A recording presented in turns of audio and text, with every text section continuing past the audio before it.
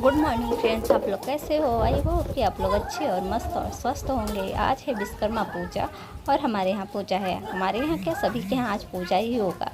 तो आप लोगों ने कैसे पूजा किया? मैं तो पूजा कर रही हूँ, लेकिन यहाँ के जो पंडित है वो बंगाली हैं। वो बंगाली में ही मतलब जो मंत्र वंत्र पढ़ रहे हैं, तो मेरे को उतना समझ में नहीं आ रहा था। फिर भी मैं अपना श्रद्धा और लगन से पूजा कर रही थी और काफ़ी आनंद आया पूजा करके। और अपने जो स्कूटी था और शिवांश का साइकिल, उसका भी मैंने पूजा किया। घर में भी मैंने सुबह सुबह पूजा दे दिया। और रोज़ तो मैं 10 बजे सो के उठती हूँ।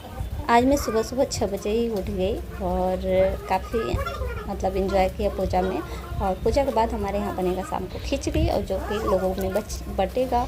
और काफ़ी गर्मी है, आज धूप भी बहुत ज़्यादा है। तो आप लोग पूजा पाठ करते रहिए और मस्त रहिए और स्वस्थ रहिए। और हमारे चैनल को सब्सक्राइब कर लीजिएगा और अपना ढेर सारा प्यार दीजिएगा और लाइक कर लीजिएगा। तो फ्रेंड्स, मिलते हैं नेक्स्ट ब्लॉग में। तब तक के लिए बाय। सभी को विश्वकर्मा पूजा का हार्दिक शुभकामनाएं। Bye bye.